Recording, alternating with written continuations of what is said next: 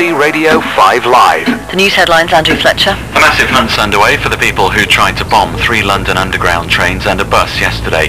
Police are hoping that evidence from the scenes will provide valuable leads. On a bright July morning last year, a young Brazilian, Jean Charles de Menezes, began his journey to work. Tonight, Panorama reveals the inside story of the plan to stop a suicide bomber, a plan that went so tragically wrong. Jean's journey was to last just 33 minutes. He headed for Stockwell Underground Station, picked up a newspaper, passed through the barrier and went off down the tube. With no idea he'd been targeted. The train was already on the platform and he didn't want to miss it. Station is Stockwell, James Hill for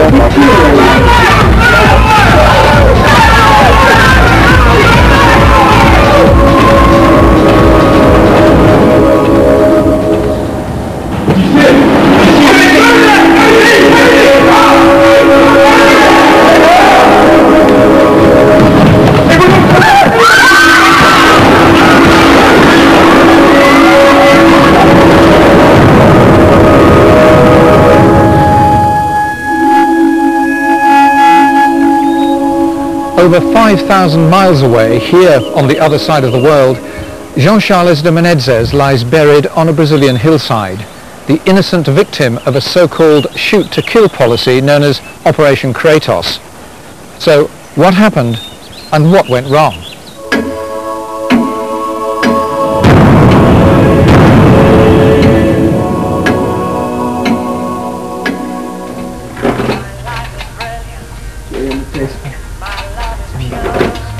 Jean trained as an electrician in Brazil and came to England about 3 years ago to find work.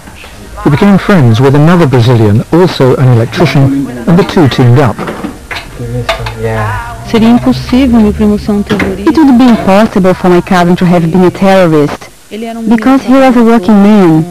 He had come here to work and to study. He would never get involved in that kind of thing. On Thursday, the 21st of July last year, Jean and Jessio were working in Kilburn, North London. They'd no idea what was happening elsewhere. They decided to take a coffee break, went back to Jessio's flat and turned on the TV. As we report that the Metropolitan Police are saying they're currently investigating 3 incidents at 3 separate underground stations. We watching TV and he started to tell he must buy one bike to his journey in London. Tube and then bus, so just not safe public transport anymore, man. I'm just gonna buy myself a bike. So he wouldn't use the tube or the buses? Yeah, because the tube and the bus is becoming dangerous now. Responding to reports of an incident on a bus. Was Jean frightened by what he saw on the television about the bombs that day? Yes. He was worried? He was worried. Because he catch the trains every day. The tube, the underground. Yeah, to go to work, and he worried about this is becoming dangerous. One of the things I remember him saying to me was, and this was how he put it, that we could be in the wrong place at the wrong time. We talked about it and about what was happening, and we actually felt really scared. We never imagined it would be happening so close to us.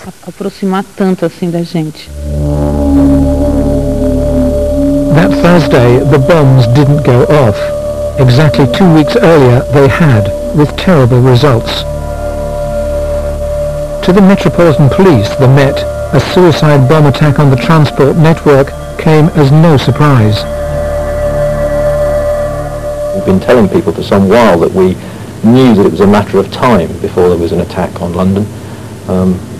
Tragically, we were proved right in that, but we had planned our response to suicide terrorist attacks for a number of years. So our response swung into action very quickly thereafter. But the Met also had a response of a different kind in place, a plan to stop suicide bombers in their tracks. Training for it was done along a desolate stretch of the Thames at Gravesend. firearms unit is known as CO-19.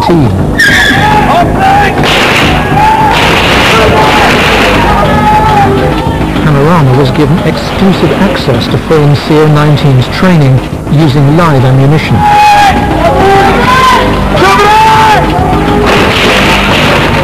On the 21st of July, the unit was on full alert. The scenario might now be real. Suicide bombers might come on foot or in vehicles packed with explosives. In the end, it might mean shooting them dead. There must be a personal anticipation that that's likely to result in the death of the person you're firing at. You must only fire if you can justify that both legally and morally to yourself. If you have doubts about that, then quite clearly placing yourself in that position as an armed officer is probably inappropriate, and you should consider that's not a career path for you. On Friday, the 22nd of July, Commander Cressida Dick was in charge of stopping any potential suicide bomber. She was known as the DSO, the Designated Senior Officer, and as such was responsible for deploying CO-19. Commander Dick had been on duty most of the day before and was called back to Scotland Yard early that morning. At her side was a tactical advisor to recommend the best assets for the operation. Morning chaps, what you got?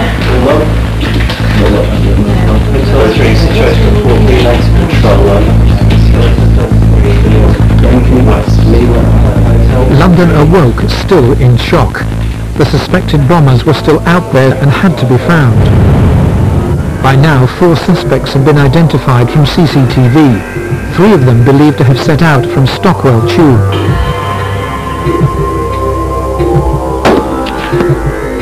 On the ranges at Gravesend, CO-19 officers are trained to respond to a variety of scenarios.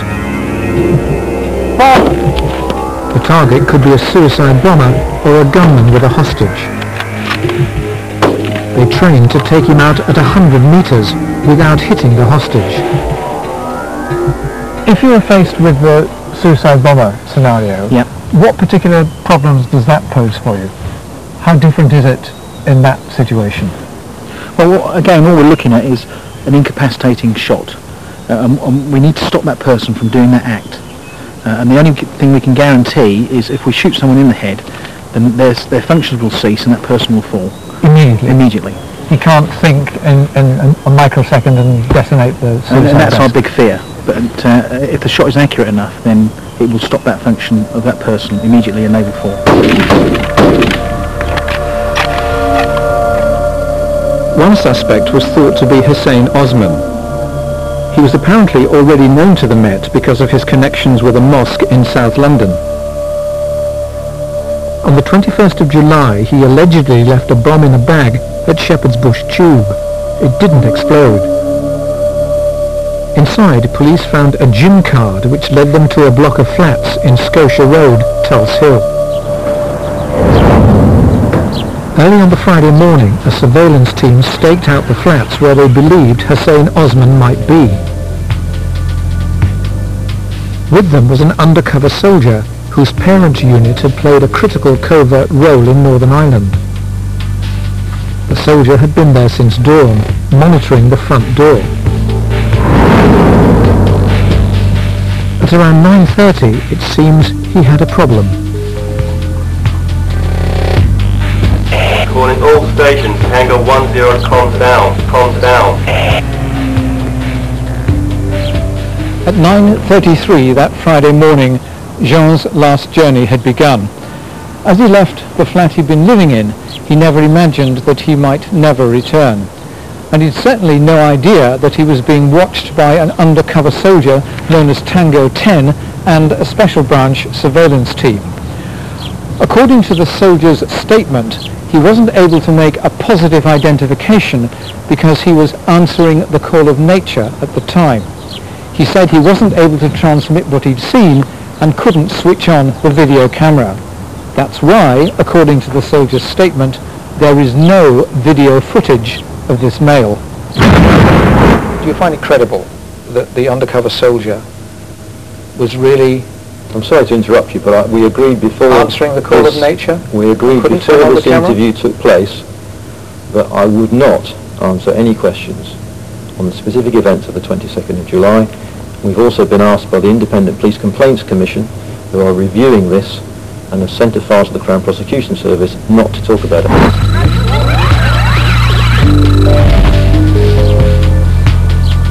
The soldier, according to his leaked statement, referred to Jean as an IC1 male. That's a white European. Control Tango 10, permission over. Go ahead, 10. I have eyeball on an unidentified male. IC1 male leaving target address. Out of target address, approaching main street, left, left, left. Suspect target does not appear to be carrying anything.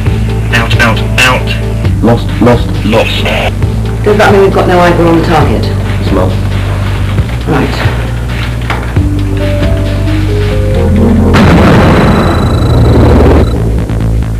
The Met knew something about Hussein Osman and believed they'd discovered where he might be. But who was Jean Charles de Menezes, and how did his journey end in tragedy? To try and find out, our journey began in Brazil.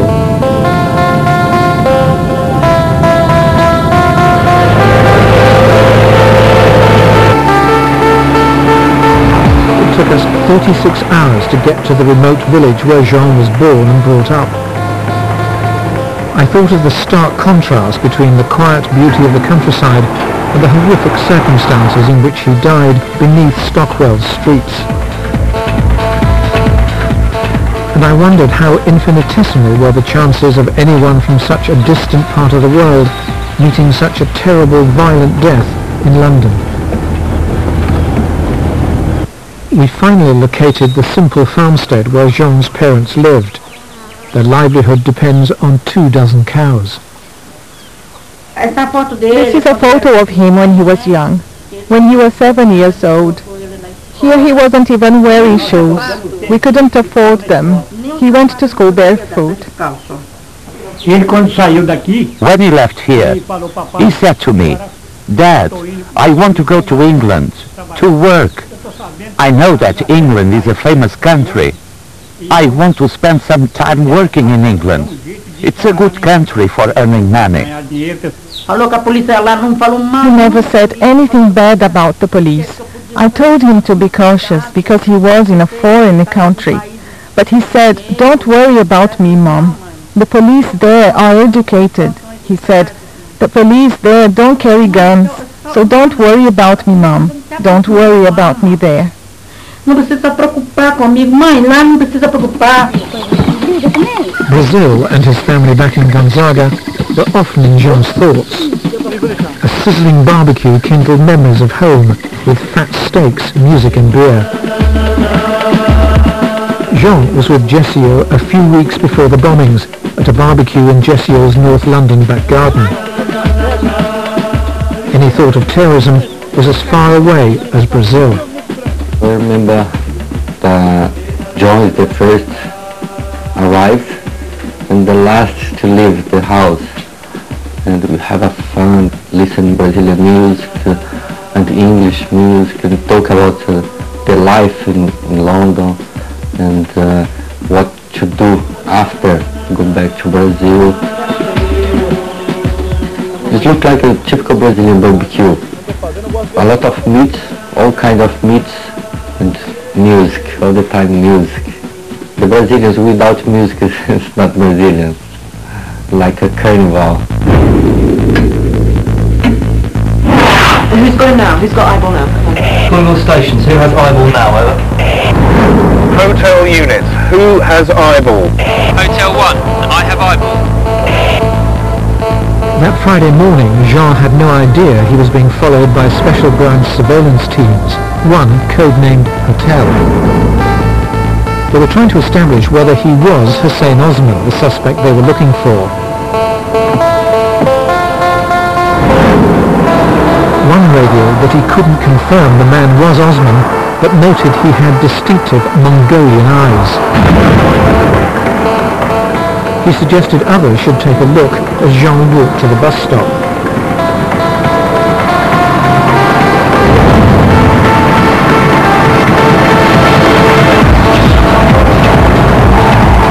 They carried on trying to confirm the target. Control from Hotel 1. Cannot confirm X-ray, X-ray. Cannot confirm X-ray, X-ray.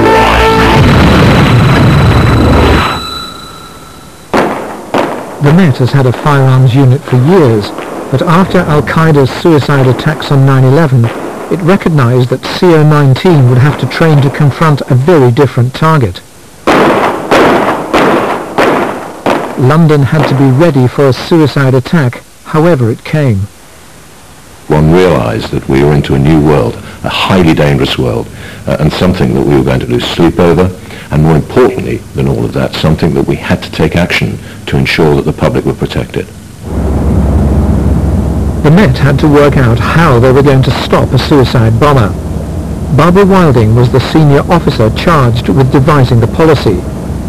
She's now Chief Constable of South Wales. She headed the Suicide Bomber Working Party. What were you asked to do? I was asked exactly what it says on the tin, which is to look at our current counter-terrorism strategy and identify any gaps in that strategy to deal with this new threat. So when you saw what had happened on 9/11, what did you conclude? Is that we had a huge gap, both from suicide terrorism delivered by person, through a vehicle, plane and marine and transport systems, that we had gaps, and we had to fill those gaps as soon as possible. The gap was to be filled with what became known as Operation Kratos, the ancient Greek word for strength, might or power. We've seen the document outlining how Kratos evolved. It dealt with a spontaneous suicide attack where there was no intelligence. The policy was worked on for 15 months with input from senior police officers, the Home Office, MI5, the SAS and government law officers. It was a whole range of activities, and it ranged from surveillance, the use of CCTV, what tactics we would use. The ultimate was the use of lethal force, which would be needed if we actually came across a suicide bomber who was intent on blowing himself or herself and everybody else up with them.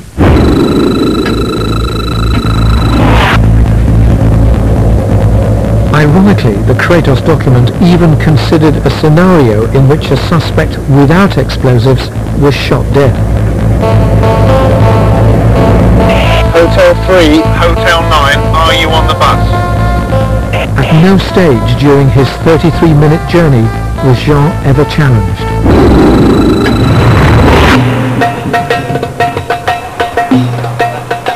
Soon after 9/11, Barbara Wilding and her team travelled to Israel to learn how its police officers deal with suicide bombers. We made the same journey for the same reason. Since 1993, there have been more than 200 suicide attacks, killing over 700, most Israeli civilians. Although suicide bombings only make up around 1% of attacks, they account for well over 50% of the casualties. Israel has built a 20-foot wall to keep potential bombers at bay. The hope is that they'll be detected as they pass through one of its checkpoints. Most have been arrested, not killed, but it only takes one to get through, and age is no barrier. This young bomber was intercepted at a checkpoint. He was only 14. The bomb technician is giving him orders how to dismantle the explosives without hurting himself and the people around. And this is the suicide belt? That's the suicide belt, yes. And you have to be careful that the belt doesn't... Brigadier General Simon Perry had worked in Israel's internal security. As you see, you have here two triggers for that. Where are the triggers? Here's the wiring that comes out.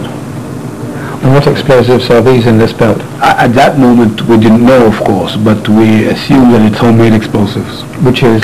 On this occasion I think it's TATP. Which is highly volatile. Exactly. The young bomber was arrested, the vest removed and detonated.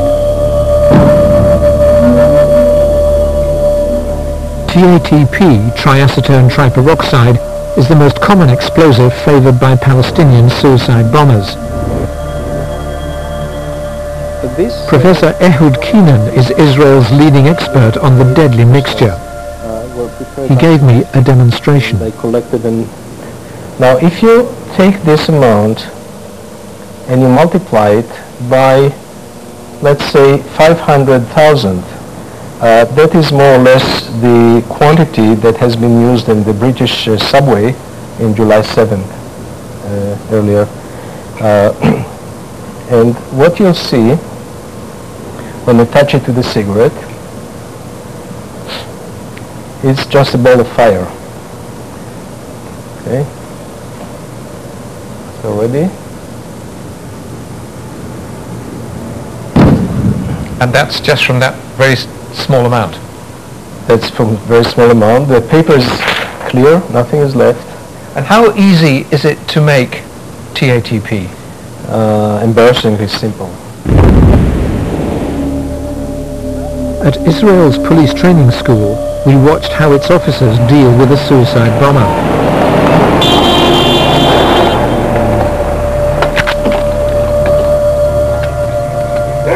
In this scenario, the bomber is the smaller of the two men. There was intelligence, he was on his way. Obviously these suspects are coming here to kill as many people as possible, and we're doing everything we can in order to prevent this from taking place. They use a bulletproof jeep in order to make sure they're 100% protected, as well as being capable of reacting quickly and, if necessary, to shoot. Wasn't it risky to shoot the suicide bomber there, given that he was probably carrying a suicide bomb? We take into consideration the distance. Where the vehicle stopped was in fact 20 to 30 meters from where the suspect was. How important is that intelligence that you receive? Intelligence is critical for those troops that are working on the scene. They have to know exactly who they have to stop. Otherwise, the result of having incorrect information can be the difference between life and death.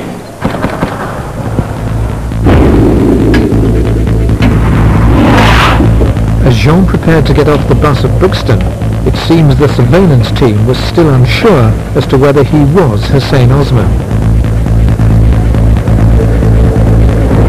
Jean was planning to catch the tube. He's off the bus. He's got off the bus, he's talking on his phone. And what's the situation now? He's off the bus now, he's at Bristol Station. About 9:45, I think he was on Brixton Station. And he just told me the train's not working today. I have to take bus and I take more time to get the place. I told him, don't worry about it coming, and when you get the Cuban station, just give me a call. Brixton Station was closed because of a security alert further along the line. Did you hear from him again after he'd called you from Brixton Station? No, it's the last call from him. Can I help you, officer? Yeah, I'm looking for Kevin Swanson. Does he work here? In all their intensive training, CO-19 officers have to exercise not only deadly accuracy, but fine judgment. Kevin Swanson, what do you want with me? Found an armed robbery. Put the tools on the top. Just keep your hands where I can see them.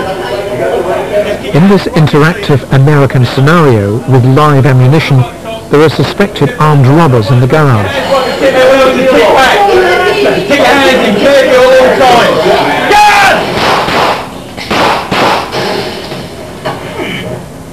We're making them aware that it's never going to be a black and white scenario. So the officer has to make that decision in himself.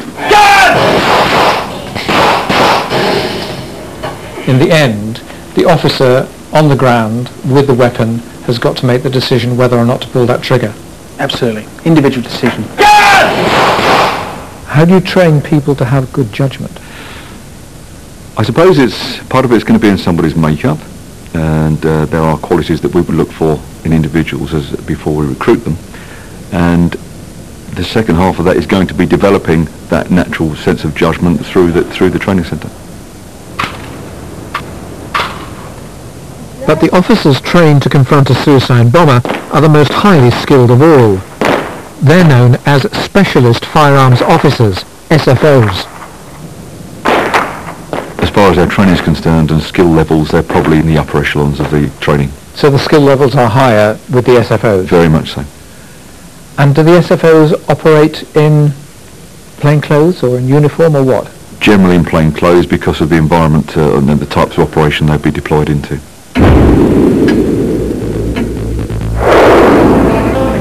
Normally the surveillance teams on the ground work closely with the Specialist Firearms Officers and the DSO back at Scotland Yard.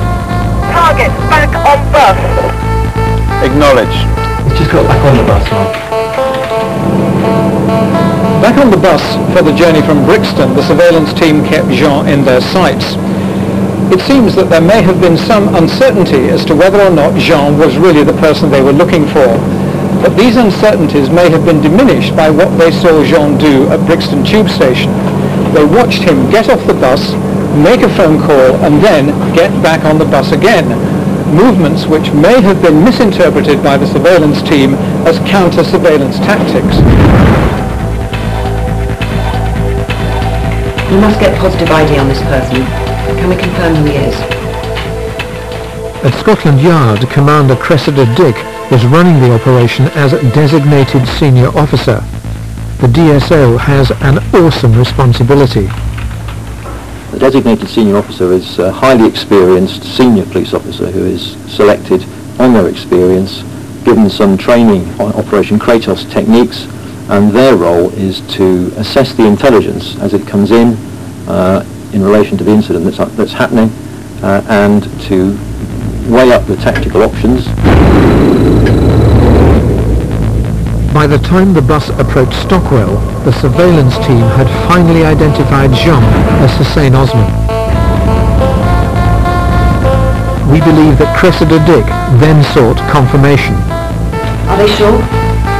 Base control, do you confirm positive identification? Control to base, target is confirmed. Repeat, target is confirmed. Yes, they have confirmed positive ID now.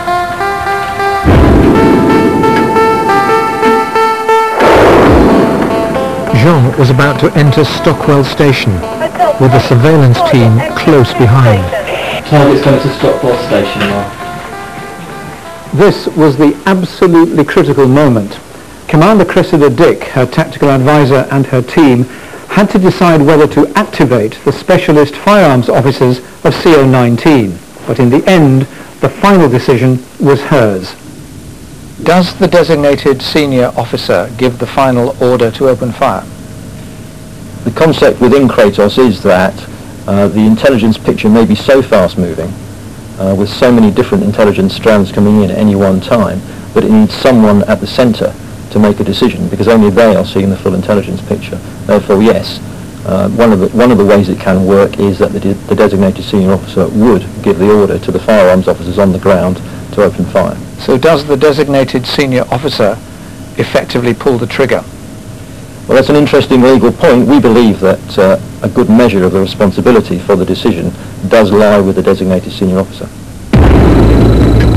The critical question is, did Commander Dick order CO19 just to stop him, or to use lethal force?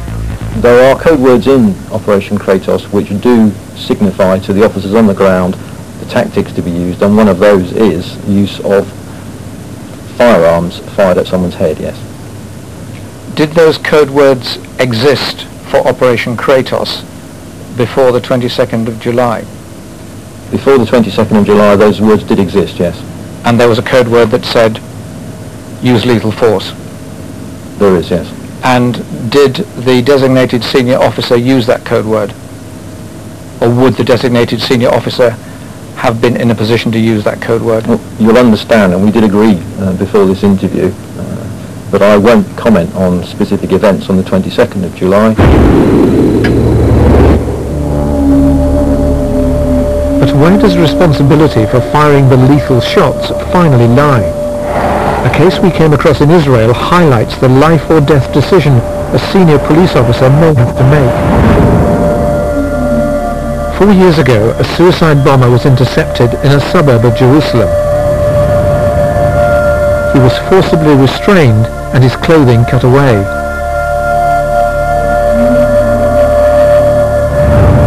The suicide bomber was kneeling on the ground, and the suicide belt was on his stomach. You could see the belt? Yeah, I can see the belt, and one policeman holding his hand behind him. To make sure he couldn't detonate. To make sure, right. We found a witness to the scene. He said he took these graphic photographs with his father.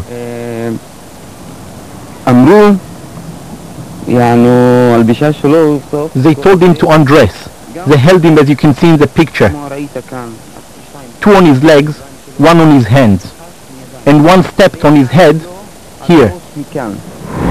I asked the bomb technician if he could disarm the bomb, and he said that he couldn't because the suicide bombers wants to push his body on the ground to turn on the switch. And I remember that one policeman told me, "Leave, Commander, because if we explode it, we die." And I say, if we will explode it, we all die together. I remember that like that happened yesterday. I gave the order to some policeman that he shoot the suicide bombers, and he shoot the suicide bombers in his head. This guy put his weapon next to his head, and all 8 bullets were shot here. It was a very, very difficult move for me to give the order to shoot him, but it was only one way. After that I didn't sleep for 3 days, believe me. The bomber's family appealed to Israel's High Court in the hope of having General Levy prosecuted, but the court advised them to drop the case. They did. Any DSO at Scotland Yard could be faced with a similar predicament.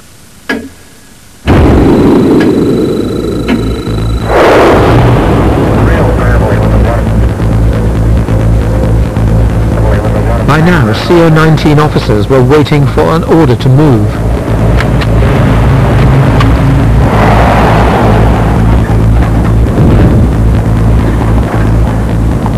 CCTV recorded Jean calmly picking up a newspaper in the booking hall and then going through the barrier.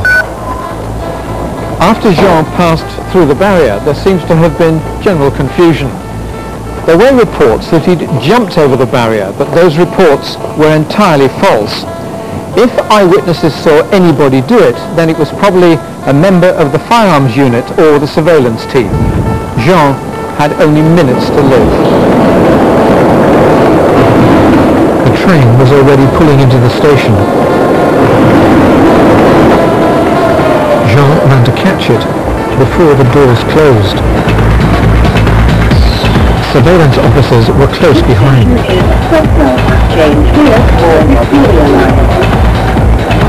They followed him onto the platform and then into the carriage. Surprisingly, it seems the CCTV cameras weren't working. Because of delays, the train stayed put for a few minutes.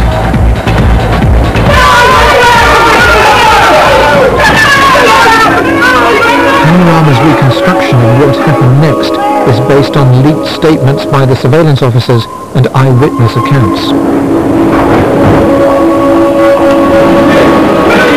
One surveillance officer got up and identified Jean.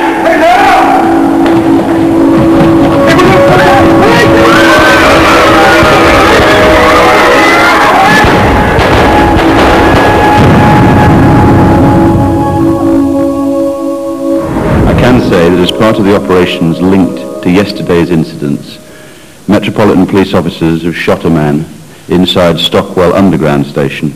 That happened at approximately 10 o'clock this morning. Reports of a shooting here at Stockwell Tube Station. A suspected bomber has been shot dead by police. Eyewitnesses say officers pursued the man onto a tube train at Stockwell.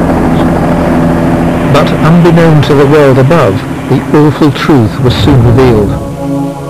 In the dead man's pocket, officers discovered a Brazilian driving license. It soon became clear it wasn't Hussein Osman. The information I have available is that this shooting is directly linked to the ongoing and expanding anti-terrorist operation. I need to make clear that any death is deeply regrettable. But as I understand the situation, the man was challenged and refused to obey police instructions. We understand that Sir Ian Blair was initially told that the suspect was ordered to surrender. One officer said he tried to restrain him. But Sir Ian insists he didn't know of the dreadful mistake until after 10 the following morning, almost exactly 24 hours after the shooting. This is a tragedy. The Metropolitan Police accepts the full responsibility for this, and to the family I can only express our deep regrets. It seems strange the Commissioner appears to have been kept in the dark for so long. 2 senior officers I've spoken to who were at Scotland Yard say that by mid-afternoon the word was that an innocent Brazilian had been shot. The coroner's ambulance took Jean's body away. His workmates still didn't know what had happened to Jean. Jessio says he tried to call Jean time and time again, without success. As he fell asleep at about 1 o'clock on Saturday morning, his mobile suddenly sprung into life. I was thinking him, but the strangest was a private number. I still think he called me, and I answered the phone. Hello? So when you answer the phone, you think it's Jean? Yeah. And was the police. We need to talk to you about something very urgent. And told me, we have some things urgent and important to ask you. Then ask who I am, then ask if it's possible to have a meeting. Jessio was worried. He wasn't sure they really were the police.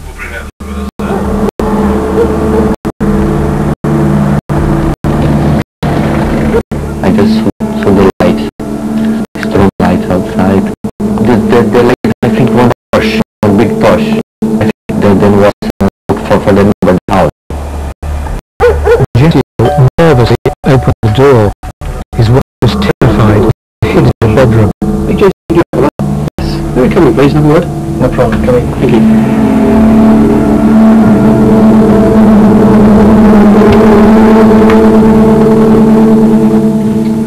We sat down in the kitchen and then told me we talk about some things happened today in the tube. I told them, yeah, just one bomb was shot in the tube, nothing more. And then start question. Do you know a guy called Jean Charles de Menezes? I told them, yes, I know this guy. We work together, we are friends. Does he have any family in London? And he starts questioning about him. Where does he work? We work together as electricians. Where does he live? He lives in Tulse Hill, but... The questioning went on until the early hours of the morning. It was only at the end that they finally got round to the point. Is this the guy we're talking about? I told, yes, this is my friend Jean. We talk about this person. And he told me, if you're sure about this guy we talk about, maybe this person is dead. He's dead? Yeah. Maybe he's dead? Maybe he's dead. At 5 p.m. on Saturday afternoon, the Met issued a statement apologizing for killing an innocent man. The man emerged from a block of flats. He was then followed by surveillance officers to the underground station. His clothing and behavior added to their suspicions. It was more than 24 hours after the shooting before the family was finally told that Jean was dead. Around 7 o'clock on Saturday evening, they were taken to the mortuary at Greenwich. I imagined it would be someone else's body, the body of another person who had nothing to do with us. When they opened the curtain, we saw his body on the bed, He was dead there. No colors, no smiles, no life. It's terrible maze that time. Ele estava numa mesa com a cabeça. He was lying on a table. His head was bandaged up with. Desculpa. I'm sorry. Com a cabeça enfaixada. With his head bandaged up. His face was all bruised, but it was definitely him. I recognized him instantly. We were in complete and utter despair. I just couldn't believe it. And then everything suddenly switched off in my head. And he disappeared. Like his face disappeared. O rosto dele desapareceu. Patricia fainted and she stayed about 3-4 minutes fainted. And when she back, she cannot stand up to go to near the body. But we helped her and she came just crying. E aí eu encostei no vidro. I pressed myself up against the window with my two hands. And I began crying and talking to him. And I asked him, Jean, why did they do this to you? What happened? I felt utter despair. We want to hear the truth. Why they done this with him? This is a tragedy. The Metropolitan Police accepts the full responsibility for this, and to the family I can only express our deep regrets. I couldn't believe it. I simply couldn't believe that my son had been killed. But then when they kept repeating it over and over again, I knew that it must be true, but it was still hard to believe. And even now that I know all the facts, I still wake up thinking my son is alive. Outside Stockwell Tube, there's a simple memorial to Jean. Here, members of the public, friends and supporters of the family's campaign host their thoughts and leave their flowers. That's why we are here today, to ask for justice. We claim justice. Above all, we want justice. The investigation was conducted by the Independent Police Complaints Commission, the IPCC. It's their most high-profile case in their brief 2-year existence. From the outset, they promised to keep the family fully informed. It is a search for the truth, and we are confident that at the conclusion of this inquiry, we will be able to tell the family exactly what happened. Oi, tia, sou eu, Patrícia. Tudo bem? Tudo bem, Patrícia. E você? Então, tia. But as the family continue to keep Jean's memory alive, both here and in Brazil, they feel they've been sidelined. 6 meses que aconteceu essa. The report is now with the Crown Prosecution Service, which will decide, probably by Easter, whether any police officers are to be prosecuted. The report was handed in the day before yesterday, but we were not given anything. The report has also gone to the Met Commissioner, the Home Office and the Coroner, but not to the family or their lawyers. I want to believe, I need to believe that they are doing a good job, because this is what we are depending on. We are depending on their investigation. So, what else has Panorama uncovered to help us understand what went wrong at Stockwell? First fact, Israel, where the Met first went to learn about suicide bombers. Israel has vast experience of dealing with the threat, and its police officers know the precise circumstances under which they can open fire. They have to be certain he is a bomber. Do you actually have to see the suicide bomber? I have to see the suicide bombers, and I have the intelligence tell me this is the suicide bombers. But do you have to identify the fact he's carrying a suicide belt or a bomb before you take action? Right. You have to be sure? Right, I have to be sure. Do your officers have to make a similar identification? Do they have to see the suicide jacket or what they think may be a suicide jacket before they open fire? No.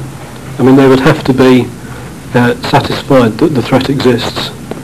And as I say, that has to be in conjunction with the assessment made by a senior police officer. So they're told the threat exists because the command higher up the chain has told them that the threat exists? Yes. They act on that basis? They would act on that basis as long as what they can see and what they're confronted with meets that assessment. If there's no apparent threat, if the officer doesn't see a bomb or a weapon, does he still go ahead and shoot the person? That's why in relation to Operation Kratos we have the designated senior officer, because it may well be that they are in possession of intelligence which paints a different picture from the picture that the firearms officer sees in front of them.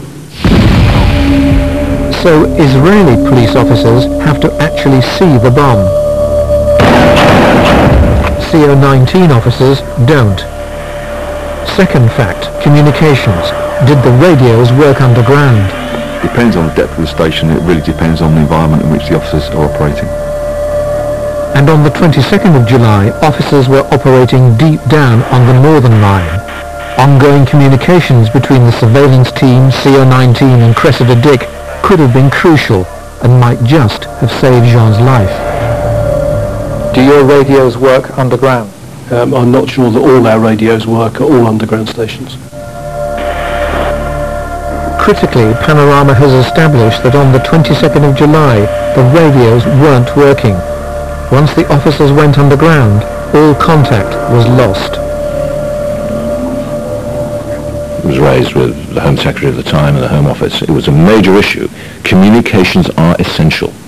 And the reason for that is, in a fast-moving situation, you have to inform the officers involved what is taking place. Equally importantly, they have to get back in touch with you as to what they're doing and why they're doing it. When you were training to attack from a suicide bomber, one assumes you looked at the tube, and again one assumes that you would have examined whether your radios would work. Well, all I can say is that we continue to ask for this kind of thing to be addressed. You can take it from me that we pressurised as far as possible, and I personally pressurised for the communication systems to be working. We can confirm that CO-19 still doesn't have radios that work deep underground. The Home Office told Panorama that officers now have the new airwave handsets, but they don't yet work down the tube. Contracts have still to be signed to set up the infrastructure. And lastly, Panorama can reveal that the Met had not anticipated the kind of operation they faced that day. In all the planning that you and your colleagues did to deal with a suicide bomber in London, did you anticipate the kind of thing that happened on the 22nd of July? The planning that we did we look at a mobile intelligence gathering operation going live? The answer is no, we didn't. So the operation of the 22nd of July, was that an operation that you had planned for under Operation Kratos? No. There were no guidelines to cover such a rapidly escalating scenario, so officers had to adapt procedures as best they could. The CPS prosecutors now have to decide whether the lethal force used at Stockwell was legal. The law is set out in Section 3 of the Criminal Law Act of 1967, and it uses a test that the person who is using the force, and this can actually apply to police officers or indeed to citizens, to civilians, must be such force as is reasonable in the circumstances for the purpose of effecting a lawful arrest. But it's now apparent that the surveillance of Jean raises another serious issue. A further leaked section of the IPCC report reveals that the Special Branch log appears to have been tampered with. It seems that originally a log stated that a positive identification had been made, but that later the word "not" was apparently inserted. Special branch officers deny that any such alteration was ever made. When senior officers at Scotland Yard read this particular section of the IPCC's report, they held their heads in horror. What's your reaction to the fact that Special Branch or a Special Branch officer or officers altered the log, the record of what happened that day? If that's true, and presumably it's been investigated, I'm just amazed and horror really, horrified by it, if it's true. But it appears to be true. Well, if it's true, it's horrific. But why would Special Branch officers go to those lengths to falsify a record in a situation which is already highly sensitive? No one knows, and I suspect that there must be an inquiry and those people must be identified. That's what's got to happen. Altering the documentation is indeed potentially the common law offence of taking action to pervert the course of justice. The killing was so controversial not just because he was innocent, but because he died so violently with 7 shots to the head. Those who devised Kratos and those now responsible for its implementation have always recognized how extreme its climax may be. That when you strip everything else away, Operation Kratos, in the end, is about a shoot-to-kill policy, isn't it? Because the point is, you've got to kill the suicide bomber. No, I can't agree with that. But you've got to take out the suicide bomber. The only way you can take out the bomber is by blowing his head off. What we train our officers to do is what we call immediate incapacitation. I understand why it is... aiming for the head. Which is aiming for the head. I understand why it is that people say that's a shoot-to-kill policy, but it is not a shoot-to-kill policy. We do not recruit and train our officers to shoot to kill, and that's not what police firearms officers do. They shoot to incapacitate. But in the end, confronted by the suicide bomber, if the threat is believed to be real, the instructions are to shoot to kill to stop the bomber. No. In that sense, that's not correct, no. But that's the end. That's what Operation Kratos can result in at the extreme. If the officers believe they are confronting a suicide bomber, they have to kill him. Therefore, isn't that in extremis a shoot-to-kill policy? Well, I think you're mixing up two concepts there, which is it can end in the person's death, yes, and because they are shooting at someone's head.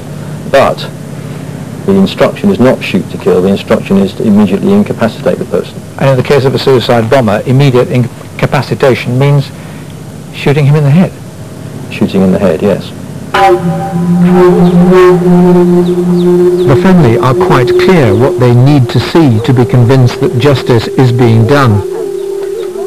They believe that all the police officers involved, both on the ground and at Scotland Yard, should be prosecuted.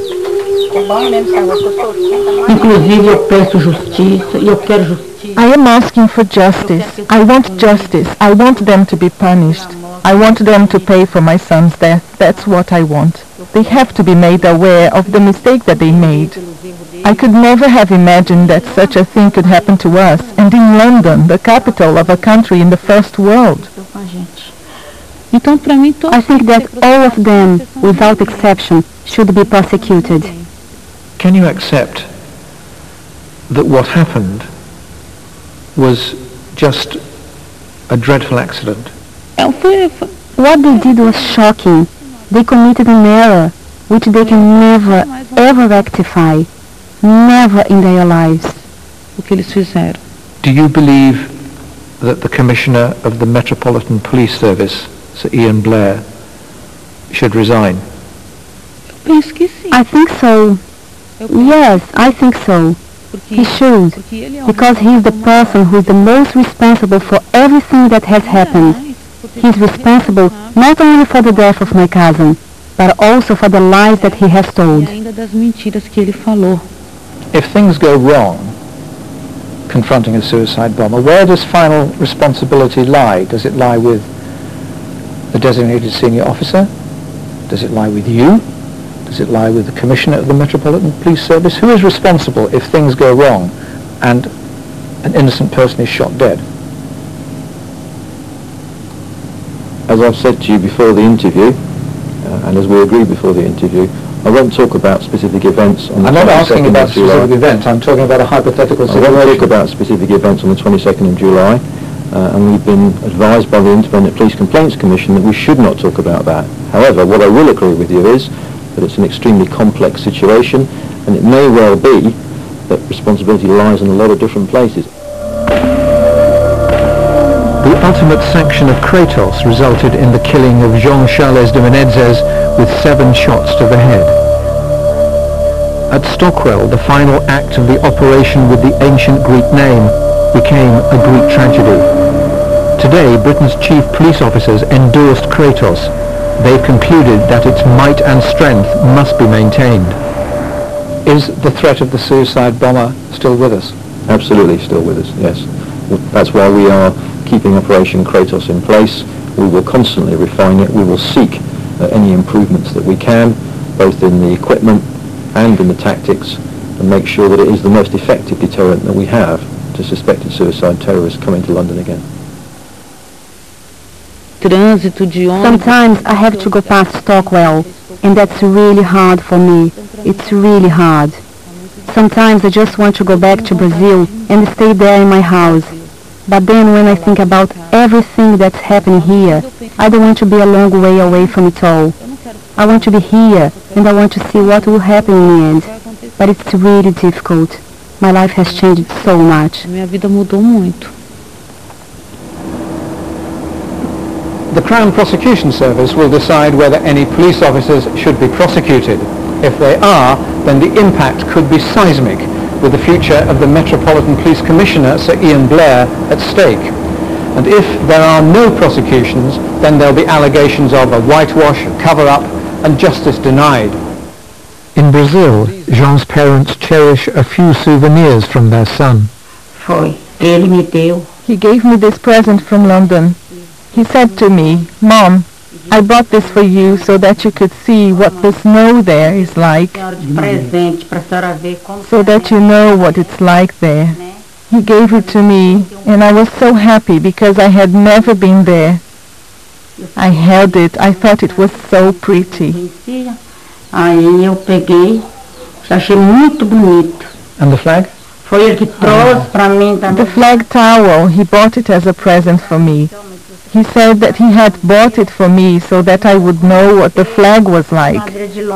I know the Brazilian flag, but not the London one. So he bought me this flag. The things he gave me bring so much sadness to our hearts, to know that my son is no more. As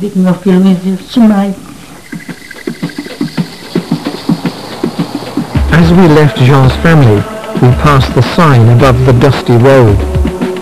Home of Jean Charles de Menezes, it reads, victim of terrorism in London. Here, we value life.